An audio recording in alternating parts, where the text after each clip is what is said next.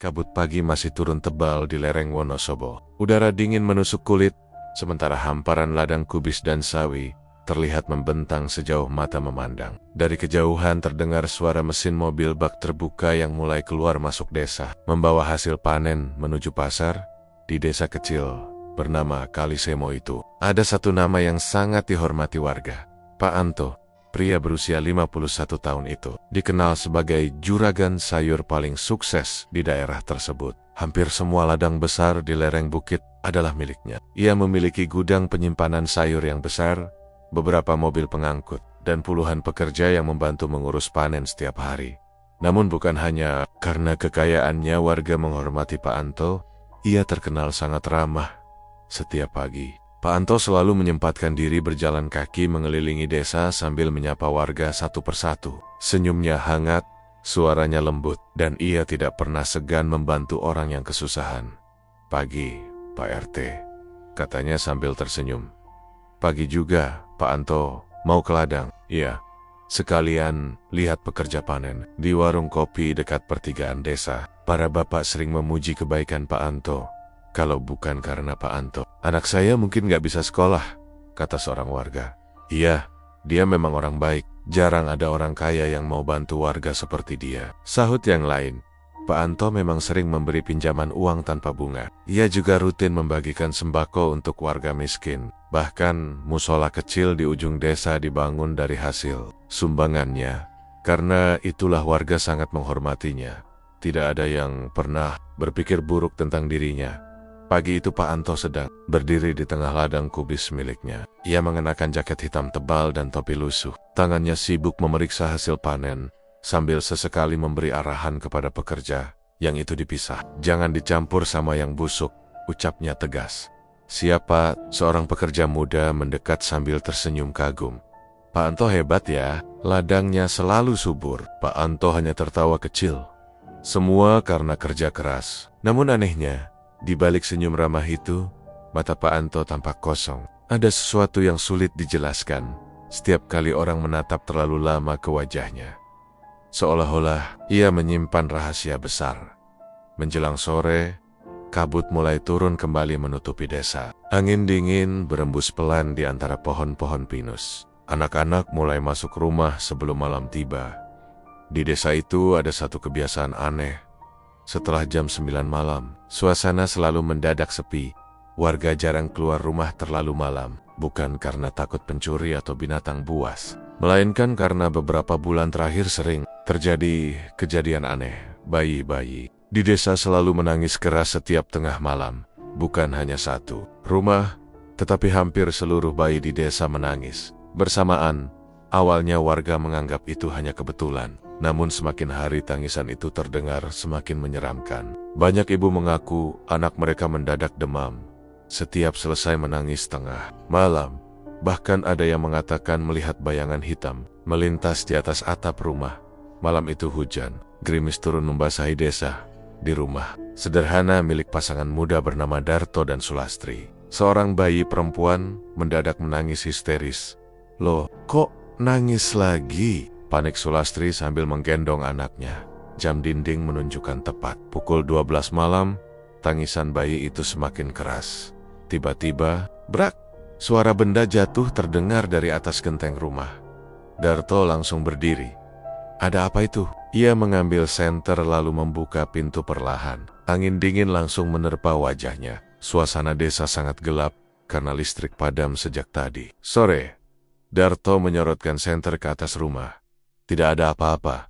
Namun, beberapa detik kemudian, suara lirih perempuan tua terdengar, samar dari atas atap. Tubuh Darto langsung membeku. Ia memutar senter dengan tangan gemetar. Kosong. Tidak ada siapapun, tetapi bau busuk tiba tercium sangat kuat. Bayi mereka menangis semakin keras. Sulastri mulai ketakutan. Masuk.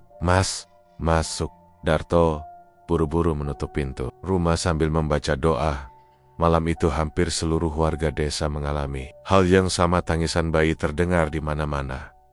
Suara anjing melolong bersahutan, Dan di kejauhan, di tengah kabut pekat dekat ladang milik Pak Anto, seseorang berdiri diam memandang desa dari atas bukit. Orang itu adalah Pak Anto. Ia mengenakan jas hujan hitam panjang. Wajahnya dingin tanpa ekspresi. Di tangannya terdapat sebuah bungkusan kain hitam kecil yang meneteskan cairan merah ke tanah. Di belakangnya, sesuatu bergerak perlahan di antara pepohonan. Makhluk besar dengan sayap lebar. Matanya merah menyala di tengah gelap malam. Pak Anto menundukkan kepala perlahan. Belum cukup, bisiknya pelan. Makhluk itu mengeluarkan suara cekikikan menyeramkan. Lalu dalam sekejap, bayangan hitam itu terbang melesat ke arah desa. Dan tepat saat itu, tangizon bayi-bayi di seluruh desa kembali pecah bersamaan. Sejak malam penuh kabut itu, suasana desa Kalisemo berubah menjadi semakin mencekam. Tidak ada lagi warga yang berani keluar rumah setelah tengah malam. Jalan-jalan kecil di desa yang biasanya masih ramai oleh suara orang mengobrol, kini berubah sunyi seperti desa mati. Bahkan suara jangkrik pun terasa jarang terdengar. Yang terdengar hanya satu hal, tangisan bayi setiap malam tepat pukul 12. Suara tangisan itu selalu pecah bersamaan dari berbagai rumah warga. Kadang hanya berlangsung beberapa menit, tetapi sering juga sampai hampir 1 jam. Dan anehnya, tidak ada bayi yang bisa ditenangkan. Mau digendong, diberi susu, atau dibacakan doa. Mereka tetap menangis sambil menatap ke arah atas rumah, seolah melihat sesuatu yang mengerikan. Pagi hari setelah kejadian itu, para ibu berkumpul di warung dekat balai desa. Wajah mereka tampak pucat. Karena kurang tidur, aku sampai takut sendiri. Semalam, ucap Bu Sulastri, mengusap matanya yang sembab. Anakku nangis terus. Sambil nunjuk atap rumah, timpal Bu Rini pelan. Iya, anakku juga begitu. Percakapan mereka mulai dipenuhi rasa takut. Beberapa warga mulai percaya bahwa desa mereka sedang diganggu makhluk halus. Namun ada juga yang mencoba berpikir logis. Mungkin cuma cuaca dingin, kata seorang bapak. Tapi masa semua bayi nangis bersama? Ucapan itu membuat warung kembali sunyi. Tidak ada yang bisa menjawab. Di tengah pembicaraan itu, sebuah mobil hitam berhenti di depan warung. Pak Anto turun sambil membawa beberapa kantong sembako. Loh, kok pada murung begini? Tanyanya sambil tersenyum. Warga langsung menyambutnya dengan hormat. Pagi, Pak Anto. Pak Anto membagikan sembako kepada beberapa warga yang membutuhkan. Sikapnya tetap ramah seperti biasa. Kalau ada yang sakit bilang saja, nanti saya bantu, katanya. Matur nuwun, Pak, jawab warga serempak. Tidak ada satupun yang mencurigai dirinya. Justru kehadiran Pak Anto membuat warga sedikit merasa tenang. Namun di balik senyumnya, mata Pak Anto diam-diam memperhatikan setiap rumah yang memiliki bayi kecil. Soret matanya aneh, dingin, seperti sedang mencari sesuatu. Malam berikutnya, hujan turun lebih deras dari biasanya. Kabut tebal menyelimuti desa hingga jarak beberapa meter saja sudah sulit terlihat. Di rumah Darto, suasana terasa tidak nyaman sejak maghrib. Bayi mereka terus rewel, Mas. Aku, bisik Sulastri sambil menggendong anaknya. Darto mencoba menenangkan istrinya, meski dirinya sendiri sebenarnya gelisah. Udah, jangan mikir aneh-aneh. Namun, jauh di dalam hati, Darto juga mulai merasa ada sesuatu yang tidak beres. Karena sebelum tengah malam tiba, anjing peliharaannya sudah melolong panjang sambil menghadap ke arah ladang milik Pak Anto. Tepat pukul 12 malam, tangisan bayi kembali pecah. Kali ini lebih keras. Lebih menyakitkan telinga bayi kesil itu. Menangis sambil menjerit histeris seolah ketakutan melihat sesuatu di atas rumah mereka. Bruk, suara langkah berat terdengar di atas genteng. Darto langsung membeku. Suara itu pelan, tetapi jelas. Krik-krik. Seperti ada sesuatu sedang berjalan merangkak di atas atap rumah. Sulastri mulai menangis ketakutan. Mas, Darto memberanikan diri mengambil senter dan sebilah bambu. Dengan tangan gemetar ia membuka pintu rumah sedikit demi sedikit. Angin dingin langsung masuk bersama bau anyir yang sangat menyengat. Senter diarahkan ke atas. Awalnya tidak ada apa-apa. Namun beberapa detik kemudian, Darto melihat sesuatu bergerak cepat melompat dari atap rumah ke pohon mangga depan rumah. Dek! Napasnya langsung tertahan. Makhluk itu sangat besar. Tubuhnya hitam pekat dengan rambut panjang menjuntai. Kedua tangannya kurus panjang seperti cakar. Yang paling mengerikan, matanya merah menyala. Makhluk itu bergelantungan di dahan pohon, sambil menatap rumah mereka lalu terdengar suara cekikikan pelan. Hehehehehe. Darto mundur ketakutan hingga jatuh terduduk. Makhluk itu tiba-tiba mengepakkan sesuatu, seperti sayap besar sebelum menghilang ke dalam kabut malam. "Mas, Aida API," teriak Sulastri dari dalam rumah. Darto tidak bisa langsung menjawab, tubuhnya gemetar, hebat, wajahnya pucat seperti mayat. Keesokan paginya, kabar tentang penampakan itu langsung menyebar ke seluruh desa. Namun sebagian warga tidak percaya. "Salah, lihat paling," kata seorang warga. "Tapi Darto sampai demam sekarang," sahut yang lain.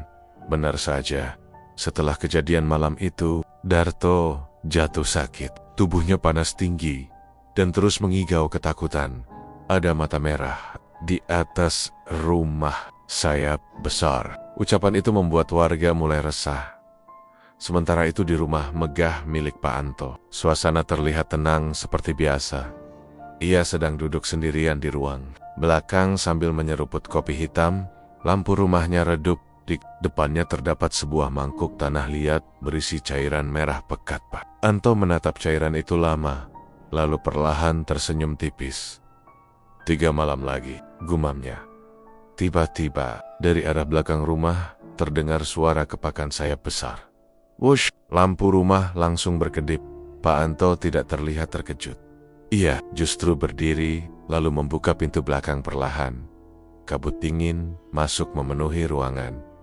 Di luar sana, sosok hitam besar sedang bergelantungan terbalik di pohon randu belakang rumahnya. Matanya merah menyala menembus gelap malam.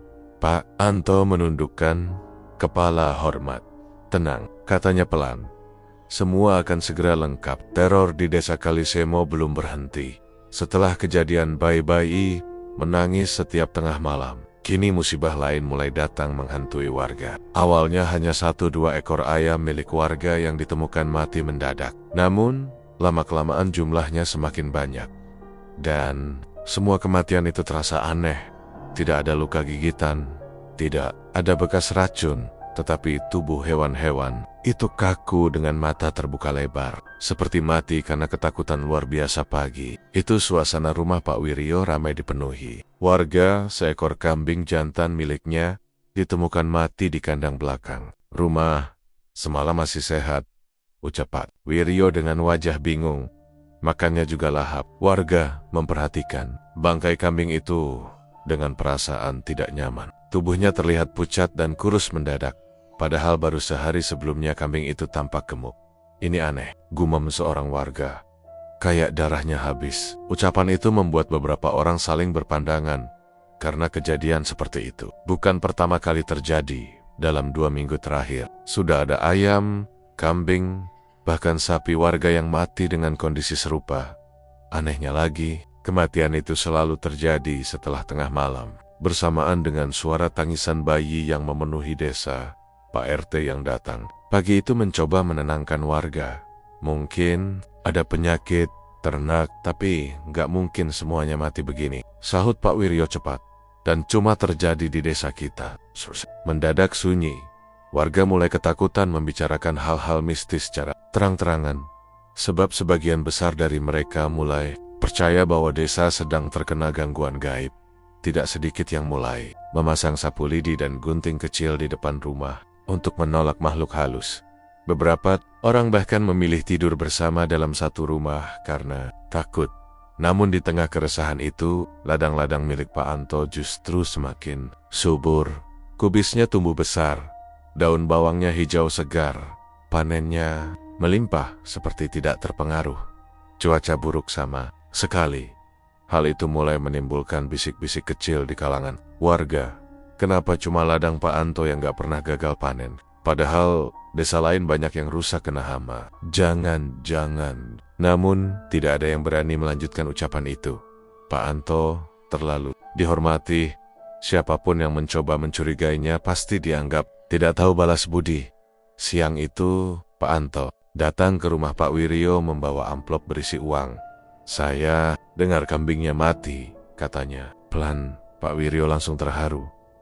Aduh, Pak Anto, baik sekali. Buat beli kambing baru saja. Matur nuwun. Sangat, Pak. Pak Anto hanya tersenyum kecil. Sesama warga harus saling bantu. Namun saat hendak pulang, mata Pak Anto sempat melirik bangkai kambing di kandang. Sorot matanya dingin, seolah sedang memastikan sesuatu. Malam harinya, hujan turun sangat deras. Kabut tebal kembali menyelimuti desa. Angin dingin berembus melalui celah-celah rumah kayu warga hingga membuat suasana terasa semakin menyeramkan di rumahnya. Darto masih belum sepenuhnya pulih. Setelah melihat makhluk bermata merah beberapa malam lalu, ia duduk termenung sambil memandangi bayi kecilnya yang sedang tidur. Sulastri mendekat pelan. Mas, malam ini jangan keluar rumah, ya. Darto mengangguk. Entah kenapa dadanya terasa sesak sejak sore tadi. Anjing peliharaannya juga terus merengek sambil menggaruk pintu belakang rumah, seolah ingin memperingatkan sesuatu. Tepat pukul 12 malam, tangisan bayi kembali terdengar, sekali lagi memenuhi seluruh desa. Namun malam itu ada suara lain yang ikut terdengar. Suara hewan-hewan ternak mengamuk bersamaan. Membik, moh, kandang ayam berisik, kambing mengembik panik. Anjing menggonggong liar ke arah Bukit Ladang, milik Pak Anto, Darto, dan beberapa warga langsung keluar rumah membawa senter. Ada apa ini? Kabut malam sangat tebal hingga jarak beberapa meter saja. Sulit terlihat. Suara ternak terus terdengar gaduh. Lalu tiba-tiba, semuanya mendadak diam. Sunyi total. Tidak ada suara apapun. Justru kesunyian itu terasa jauh lebih menakutkan, Pak. Lihat itu. Seorang warga menunjuk ke arah atas langit. Semua menoleh bersamaan. Di balik kabut tipis, terlihat bayangan hitam besar melintas di udara.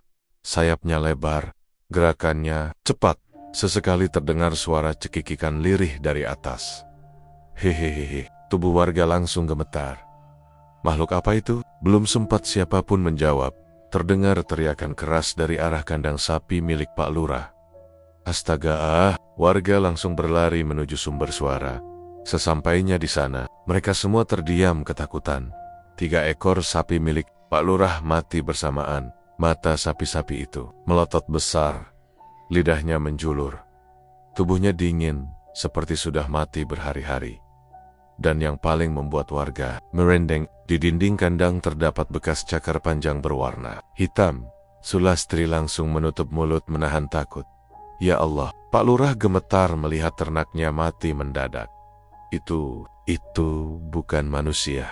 Malam itu warga tidak ada yang berani tidur. Mereka berkumpul di balai desa sambil membaca doa bersama. Sebagian ibu menangis karena takut anak-anak mereka menjadi korban berikutnya. Sementara itu, di atas bukit dekat ladang kubis terbesar milik Pak Anto, seorang pria berdiri diam memandangi kerumunan. Warga dari kejauhan, Pak Anto wajahnya datar tanpa rasa bersalah sedikit pun. Di sampingnya terdapat beberapa bangkai ayam hitam dan sebuah baskom tanah liat berisi darah segar. Kabut bergerak perlahan di sekelilingnya. Lalu dari atas pohon besar, makhluk bersayap itu turun perlahan. Tubuhnya tinggi kurus dengan rambut panjang kusut menutupi wajah. Kakinya mencengkeram batang pohon seperti kelelawar raksasa. Makhluk itu mengeluarkan suara serak. Kurang, Pak Anto menundukkan kepala.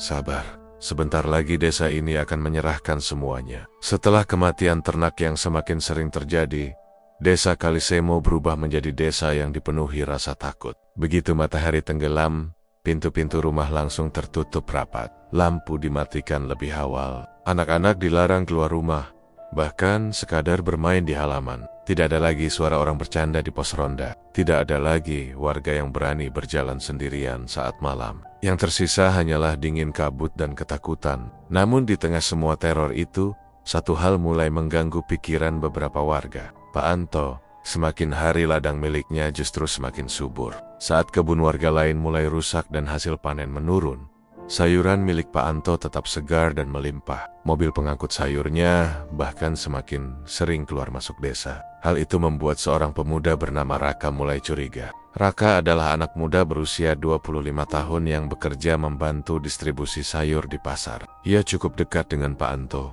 karena sering mengantar hasil panen ke kota. Namun belakangan ini, Raka merasa ada sesuatu yang aneh, terutama setiap kali malam tiba. Beberapa kali ia melihat Pak Anto diam-diam pergi menuju gudang tua di belakang ladang terbesar miliknya. Gudang itu sudah lama tidak dipakai warga, karena letaknya jauh di dekat hutan kecil. Anehnya, setiap kali Pak Anto masuk ke sana, tidak ada seorang pun pekerja yang diperbolehkan mendekat. Gudang itu isinya apa sih? Tanya Raka suatu siang kepada salah satu pekerja lama. Pekerja itu langsung terlihat gugup. Jangan banyak tanya. Memang kenapa? Pokoknya jangan pernah datang ke sana malam-malam. Jawaban itu justru membuat rasa penasaran Raka semakin besar. Malam Jumat tiba. Kabut turun lebih tebal dari biasanya. Angin dingin membuat pepohonan bergerak pelan seperti bayangan hitam yang menari di tengah gelap. Sekitar pukul 11 malam, Raka diam-diam keluar rumah membawa senter kecil dan jaket tebal. Ia berjalan pelan melewati jalan setapak menuju ladang Pak Anto.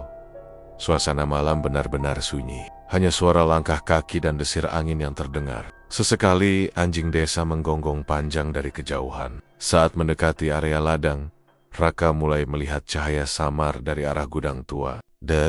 Jantungnya berdegup lebih cepat. Ia mematikan senter, lalu bersembunyi di balik pohon pisang. Dari kejauhan terlihat Pak Anto berjalan sendirian menuju gudang sambil membawa sebuah karung hitam besar. Langkahnya pelan, kepalanya terus menunduk. Yang membuat bulu kuduk Raka berdiri adalah suara aneh yang terdengar dari dalam karung itu. Suara seperti tangisan lirih. Raka menelan ludah. Suara apa itu? Pak Anto membuka pintu gudang perlahan. Kriak, begitu pintu terbuka, cahaya merah redup terlihat dari dalam. Dan sesaat sebelum pintu tertutup kembali, Raka melihat sesuatu yang membuat tubuhnya langsung dingin. Di dalam gudang ada banyak simbol aneh tergambar di lantai. Lilin hitam menyala, mengelilingi ruangan. Dan di langit, ada sosok hitam besar bergelantungan terbalik seperti kelelawar raksasa. Matanya merah menyala. Raka langsung menutup mulutnya sendiri agar tidak berteriak. Tubuhnya gemetar hebat. Ia mundur perlahan sambil mencoba bernapas pelan. Namun, tiba-tiba, kakinya menginjak ranting kering. Suara itu terdengar jelas di tengah kesunyian malam. Di dalam gudang mendadak sunyi. Tidak ada suara apapun selama beberapa detik. Lalu pintu gudang terbuka keras. Pak Anto berdiri di depan pintu dengan wajah dingin. Matanya menatap lurus ke arah tempat Raka bersembunyi. Siapa di sana? Raka langsung panik. Ia buru-buru berlari menembus ladang tanpa berani menoleh ke belakang. Napasnya memburu, jantungnya seperti mau pecah. Di belakangnya terdengar suara langkah cepat. Bukan langkah manusia. Suara itu seperti sesuatu yang melompat dari pohon ke pohon. Wash wash, hihit. Suara cekikikan perempuan tua terdengar sangat dekat. Raka semakin ketakutan. Ia terus berlari sambil membaca doa seadanya. Saat hampir keluar dari area ladang, tiba-tiba sesuatu jatuh tepat di depannya. Buk! Raka langsung terjatuh ke tanah. Senter kecilnya terlempar. Saat ia mendongak, makhluk itu berdiri hanya beberapa langkah di depannya. Tubuhnya tinggi kurus, kulitnya hitam kusam, rambut panjangnya menjuntai hingga tanah, tangannya panjang dengan kuku tajam seperti cakar, dan matanya merah menyala dalam gelap. Bau busuk menyengat keluar dari tubuhnya.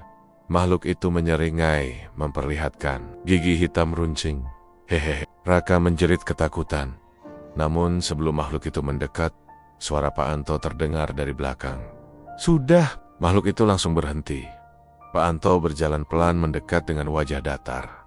Pulanglah, Raka, katanya dingin. Raka gemetar hebat. Apa itu, Pak? Pak Anto tersenyum tipis.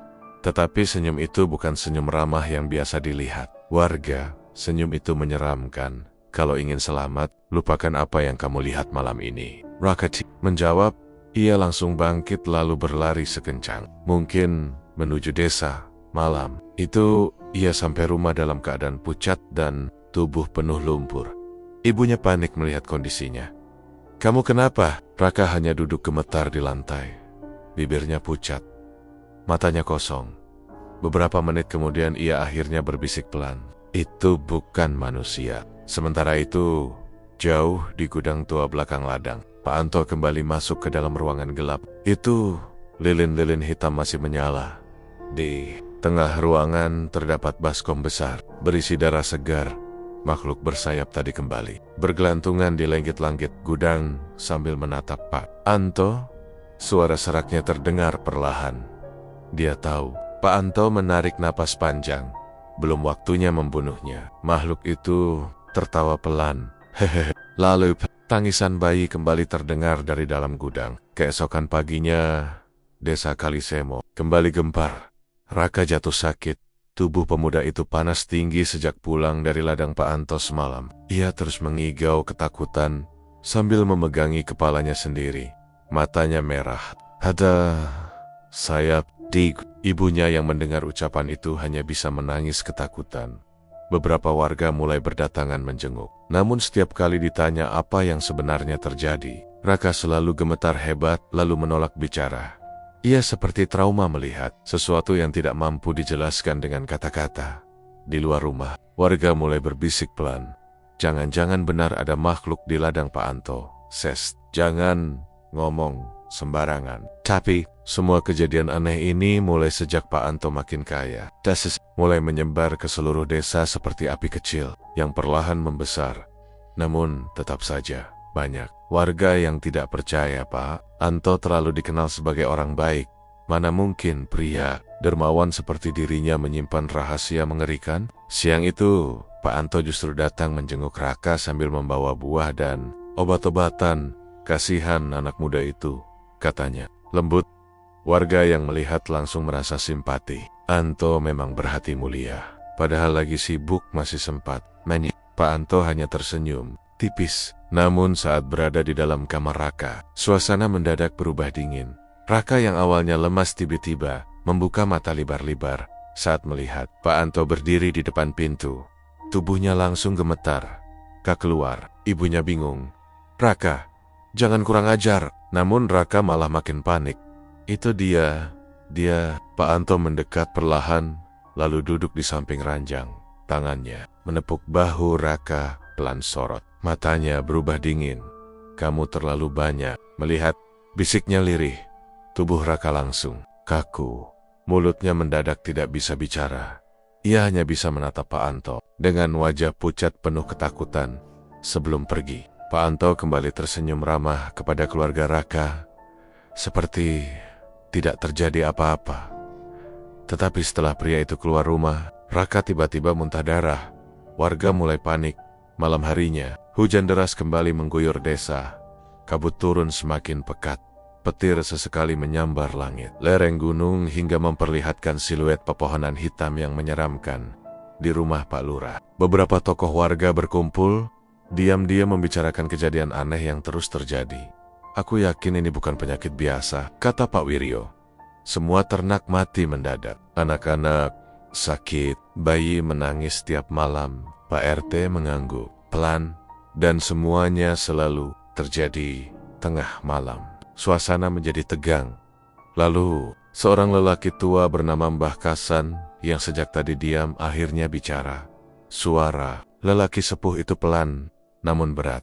Dulu, saya pernah melihat kejadian seperti ini. Semua langsung menoleh. Mbah Kasan dikenal sebagai orang tua yang paling lama tinggal di desa itu. Ia sering dianggap tahu banyak cerita lama tentang tempot-tempot angker di sekitar lereng gunung. Kejadian apa, Mbah? Tanya Pak Lurah. Mbah Kasan menarik napas panjang. Pesugihan Kalong Wewe. Mendengar nama itu, beberapa warga langsung merinding. Angin di luar rumah mendadak bertiup lebih kencang. Mbah Kasan mulai bercerita. Puluhan tahun lalu, pernah ada seseorang di desa sebelah yang melakukan pesugihan dengan memanggil makhluk bernama Kalong Wewe. Makhluk itu dipercaya sebagai sosok perempuan gaib bersayap seperti kelelawar raksasa. Ia menyukai tangisan bayi dan darah hewan. Sebagai imbalan kekayaan, pelaku harus memberi tumbal secara terus-menerus. Kalau tumbalnya kurang, kata Mbah Kasan pelan, makhluk itu akan mengambil sendiri. Ruangan langsung sunyi. Makanya bayi-bayi menangis, bisik seorang warga. Mbah Kasan mengangguk perlahan. Kalong Wewe suka mendekati rumah yang ada bayi kecilnya, dan hewan ternak yang mati, itu juga bagian dari ritual. Pak Lurah mulai terlihat pucat. Siapa yang melakukan pesugihan itu, Mbah? Mbah Kasan diam beberapa saat sebelum menjawab, saya belum yakin, tapi Pelakunya pasti orang yang sangat ingin mempertahankan kekayaannya. Ucapan itu membuat beberapa warga saling berpandangan. Nama Pak Anto mulai muncul dalam pikiran mereka. Namun, belum ada yang berani mengatakannya keras-keras. Sementara itu, di gudang tua belakang ladang, Pak Anto sedang duduk bersila di depan. Lingkaran ritual, lantai gudang, dipenuhi darah dan sesajen. Busuk, lilin hitam menyala redup di setiap sudut ruangan. Di tengah lingkaran terdapat beberapa bangkai hewan yang baru mati malam itu. Pak Anto memejamkan mata sambil membaca mantra pelan. Suara angin di luar semakin kencang lalu perlahan. Makhluk itu turun dari lenggit-lenggit gudang. Kalong, Wewe, tubuhnya besar dan kurus. Sayap hitamnya terbentang, lebar memenuhi hampir seluruh ruangan. Rambut panjang kusut menutupi wajah pucatnya, dan dari mulutnya menetes cairan hitam pekat bercampur. Bau busuk yang menyengat. Makhluk itu menatap Pak Anto dengan mata merah menyala. Warga mulai curiga. Suara makhluk itu terdengar serak dan berat. Pak Anto membuka mata perlahan. Mereka tidak akan berani melawan. Kalong Wewe tertawa kecil. Hehehe, tumbal harus ditambah. Pak Anto terdiam, kau sudah kaya. Lanjut makhluk itu, ladangmu luis. Wongmu, tapi perjanjian belum selesai. Pak Anto mengepalkan tangan pelan. Wajahnya mulai tegang. Apalagi yang kau inginkan? Makhluk itu mendekat perlahan, hingga wajahnya hampir menyentuh Pak Anto. Suara napasnya terdengar seperti hembusan bangkai busuk anak kecil. Dek, wajah Pak Anto langsung berubah. Untuk pertama kalinya terlihat ketakutan di matanya. Kita sepakat hanya hewan ternak. Kalong Wewe tertawa semakin keras. Hehehe, perjanjian berubah. Kalau tidak dipenuhi. Makhluk itu menunjuk ke arah dada Pak Anto dengan kukunya yang panjang. Kau dan keluargamu yang akan menjadi tumbal. Petir besar menyambar langit. Brak, gudang tua itu bergetar hebat. Pak Anto menundukkan kepala dengan napas berat. Sementara di luar sana, tangisan bayi kembali terdengar memenuhi desa Kalisemo. Setelah Mbah Kasan menceritakan tentang pesugihan Kalong Wewe, suasana desa Kalisemo berubah semakin mencekam. Warga mulai saling curiga. Tidak sedikit yang dayam-dayam percaya bahwa semua teror ini memang berasal dari ilmu hitam. Dan semakin banyak orang mulai menghubungkan semua kejadian aneh itu dengan Pak Anto.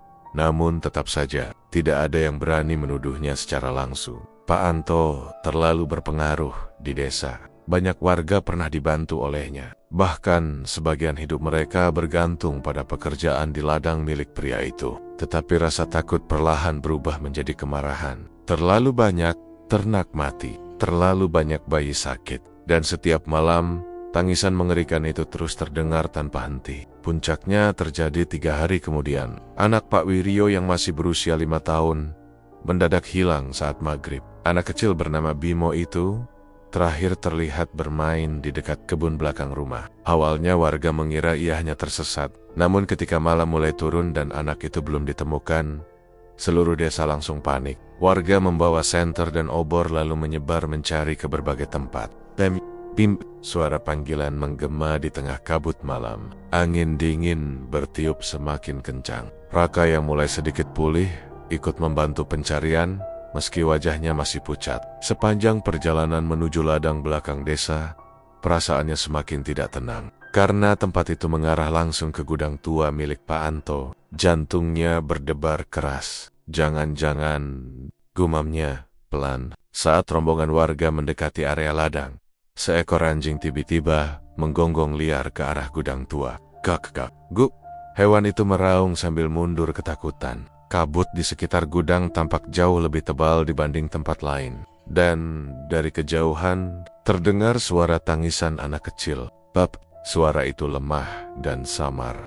Itu Bi, teriak Pak Wiryo panik. Warga langsung berlari mendekat. Namun baru beberapa langkah, brak, pintu gudang tiba-tiba terbuka sendiri. Angin dingin keluar dari dalam bersama bau busuk yang sangat menyengat. Obor warga langsung bergoyang tertiup angin. Raka membeku saat melihat bagian dalam gudang. Lilin-lilin hitam menyala redup. Simbol aneh tergambar di lantai dengan cairan merah. Dan di tengah ruangan, Bimo terbaring lemas di dalam lingkaran ritual. Tubuh anak itu pucat, matanya terpejam. Pak Wiryo langsung menjerit. Ia hendak masuk, tetapi tiba-tiba seseorang muncul dari balik gelap. Pakant. Pria itu berdiri perlahan sambil menatap warga dengan wajah datar. Suasana langsung hening. Pak Anto, bisik beberapa warga tidak percaya. Pak Lurah maju pelan. Pakant, ini semua apa? Pak Anto tidak langsung menjawab. Sorot matanya terlihat berbeda malam itu. Tidak ada lagi senyum ramah seperti biasanya. Wajahnya dingin, gelap. Aku melakukan ini untuk bertahan hidup, katanya pelan. Warga mulai mundur ketakutan. Pak Wiryo gemetar hebat. Kamu yang bikin semua ini? Tiba-tiba suara cekikikan mengerikan terdengar dari atas gudang. Hihit, semua kepala langsung mendongak. Dan saat itulah warga melihat makhluk itu untuk pertama kalinya dengan jelas. Kalong Wewe, makhluk besar, bergelantungan di langit-langit, seperti kelelawar raksasa. Rambut panjangnya menjuntai hampir menyentuh lantai. Matanya merah menyala, mulutnya menyeringai lebar, memperlihatkan gigi hitam tajam. Beberapa warga langsung berteriak ketakutan. Astag, makhluk apa itu? Kalong Wewe mengepakkan sayap besarnya. Wush, angin keras langsung memenuhi gudang, hingga obor warga banyak yang padam. Pak Anto menatap warga dengan napas berat. Semua ini demi kekayaan, demi ladangku. Tapi makhluk itu terus meminta tumbal. Pak Lurah marah besar. Kamu sudah gila, Anto. Pak Anto tertawa kecil, namun tawanya terdengar putus asa. Aku nggak bisa berhenti. Tiap kali aku mencoba berhenti, makhluk itu membunuh ternak warga. Dia mengincar anak-anak sekarang. Tangisan Bimo terdengar lirih dari tengah lingkaran ritual. Pak Wiryo langsung nekat masuk untuk mengambil anaknya. Namun sebelum sampai, Kalong Wewe melompat turun. Brak, tanah gudang bergetar keras. Makhluk itu berdiri tepat di depan Bimo sambil mengeluarkan suara geraman rendah. Semua warga mundur, panik. Tubuh makhluk itu jauh lebih besar dari manusia biasa. Bau busuknya membuat beberapa orang hampir muntah. Hihit, kalian terlambat. Makhluk itu menatap warga satu persatu. Matanya merah menyala penuh kebencian. Tiba-tiba lampu Petromax meledak. Duar, gudang langsung gelap gulita. Warga menjerit panik. Dalam kegelapan terdengar suara kepakan sayap besar, jeritan orang-orang, dan suara benda-benda jatuh bersamaan. Raka buru-buru menarik Pak Wiryo mendekati Bimo. Cepat ambil anakmu. Pak Wiryo langsung menggendong anaknya yang lemas. Sementara itu Mbah Kasan yang ikut datang mulai membaca doa keras-keras. Suara doa menggema di seluruh gudang. Kalong Wewe menjerit marah. AARRRGGHHH. Makhluk itu mundur sambil menutupi wajahnya. Kabut hitam keluar dari tubuhnya memenuhi ruangan. Pak Anto terlihat panik. Berhenti. Jangan buat dia marah. Namun warga sudah terlalu marah dan ketakutan. Beberapa orang mulai melempar obor ke arah lingkaran ritual. Api langsung membesar membakar kain-kain hitam dan sesajen di lantai. Kalong Wewe mengamuk. Makhluk itu mengepakkan sayap besar hingga dinding gudang mulai retak. Brak-brok, kayu-kayu tua berjatuhan. Pak Anto berteriak panik. Jangan bakar tempat ini. Tetapi semuanya sudah terlambat. Api semakin membesar. Dan di tengah kekacauan itu, Kalong Wewe perlahan menoleh ke arah Pak Anto. Tatapan matanya berubah sangat mengerikan. Untuk pertama kalinya, makhluk itu terlihat marah kepada tuannya. Sendiri, api mulai membesar di dalam gudang tua itu. Kayu lapuk terbakar cepat hingga percikan api beterbangan ke segala arah. Asap hitam memenuhi ruangan, membuat warga batuk dan panik mencari jalan keluar di tengah kekacauan itu. Kalong Wewe berdiri sambil menatap Pak Anto. Makhluk mengerikan itu tidak lagi memandang warga. Kini seluruh kemarahannya tertuju pada pria yang selama bertahan-tahan memberinya tumbal. Pak Anto mundur perlahan. Untuk pertama kalinya, wajah pria itu benar-benar dipenuhi ketakutan. Kakau tidak boleh menyerangku, ucapnya gemetar. Kalong Wewe menyeringai lebar. Mulut hitamnya terbuka hingga hampir menyerupai lubang gelap yang mengerikan. Hehe, perjanjianmu gagal. Suara makhluk itu menggema di seluruh gudang. Pak Anto menggeleng panik. Aku sudah memberi semua yang kau minta. Kekayaanmu sudah besar. Kini waktumu membayar. Dek, tubuh Pak Anto langsung lemas. Sementara itu warga berusaha keluar menyelamatkan diri. Pak Wiryo berhasil membawa Bimo menjauh dari lingkaran ritual. Anak kecil itu masih lemah, tetapi perlahan mulai sadar dalam pelukan ayahnya. "Pak, cepat keluar!" teriak Raka kepada warga lain. Namun Pak Anto justru berdiri mematung di tengah gudang sambil menatap Kalong Wewe. Seolah seluruh dosanya akhirnya datang menagih. Api membakar dinding semakin besar. Suara kayu runtuh terdengar bersahutan. Brak! Di luar gudang, hujan deras mulai turun. Petir menyambar langit malam berkali-kali, hingga memperlihatkan siluet ladang dan pepohonan yang bergoyang keras diterpa angin. Bahkasan masih terus membaca doa dengan suara lantang. Warga lain ikut mengikuti bacaannya. Suasana terasa semakin mencekam. Kalong Wewe menjerit marah saat doa-doa itu menggema. A-A-R-R-G-G-H-H. Makhluk itu mengepakkan sayap besar hingga api berputar liar di dalam gudang. Lalu dalam sekejap, makhluk itu melesat cepat ke arah Pak Anto. Bruk! Pak Anto terpental keras menghantam dinding kayu. Darah keluar dari sudut bibirnya. Ia mencoba berdiri, tetapi tubuhnya gemetar hebat. Ampun, lirihnya ketakutan. Namun semuanya sudah terlambat. Kalong Wewe berjalan mendekat perlahan. Kakinya yang panjang menyeret lantai sambil mengeluarkan suara mengerikan. Hehehe, kau pikir bisa bebas? Pak Anto menangis. Pria yang selama ini dihormati seluruh desa itu kini terlihat sangat lemah dan penuh penyesalan. Aku cuma ingin kaya, katanya sambil terisak. Aku dulu miskin. Aku hanya ingin hidupku berubah. Kalong Wewe berhenti tepat di depannya. Dan sekarang kau kehilangan semuanya. Makhluk itu langsung mencengkeram leher Pak Anto dengan tangan hitam panjangnya. Pak Anto menjerit keras. A-A-R-R-R-G, hahaha. Tubuhnya terangkat ke udara. Warga yang melihat langsung ketakutan. Sebagian ingin membantu, tetapi tidak ada yang berani mendekat. Tubuh Pak Anto perlahan berubah pucat. Matanya melotot lebar, seolah sesuatu sedang dihisap keluar dari tubuhnya. Tolo ONG, itu adalah jeritan terakhirnya. Beberapa detik kemudian, brak, atap gudang runtuh. Api langsung membesar, menelan hampir seluruh bangunan. Kalong Wewe mengeluarkan jeritan panjang yang mengguncang malam, lalu makhluk itu terbang menembus kobaran api menuju langit. Gelap, warga menutup kepala ketakutan saat angin besar menerpa seluruh area ladang. Petir besar menyambar tepat di atas bukit.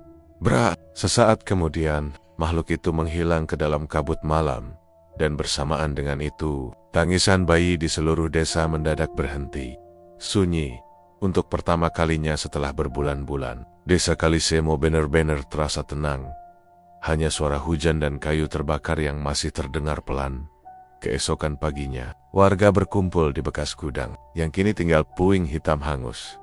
Tubuh Pak Anto ditemukan di tengah reruntuhan. Wajahnya terlihat sangat mengerikan, matanya melotot penuh ketakutan. Kulit tubuhnya pucat, seperti tidak memiliki darah sedikit pun. Tidak ada warga yang berani mendekat terlalu lama. Mereka masih trauma dengan kejadian semalam. Pak Lurah akhirnya memutuskan seluruh benda ritual di gudang harus dibakar dan dikubur jauh dari desa. Ladang milik Pak Anto perlahan ditinggalkan. Anehnya, beberapa hari setelah kematiannya, tanaman di ladang itu mulai membusuk. Satu persatu kubis menghitam, daun, bawang layu, tanahnya berubah berbau busuk. Seolah seluruh kesuburan yang selama ini ada hanyalah hasil dari perjanjian iblis. Rumah besar Pak Anto pun kosong. Istrinya memilih pindah dari desa karena tidak tahan mendengar bisik-bisik warga dan teror aneh setiap malam. Meski kalau Wewe sudah tidak pernah terlihat lagi, warga tetap menyimpan ketakutan mendalam terhadap kejadian itu. Mereka akhirnya sadar, kekayaan yang datang dengan cara gelap tidak pernah membawa ketenangan, dan sosok yang terlihat paling baik di depan orang lain belum tentu benar-benar bersih di balik wajahnya. Beberapa bulan kemudian, desa Kalisemo kembali tenang. Tidak ada lagi tangisan bayi tengah malam, tidak ada lagi ternak mati misterius. Namun hingga sekarang, warga masih percaya saat kabut turun terlalu tebal di lereng Wonosobo, terkadang masih terdengar suara cekikikan perempuan tua dari arah bekas ladang Pak Anto. Hehehe. Dan setelah suara itu muncul, anjing-anjing desa selalu melolong panjang sepanjang malam.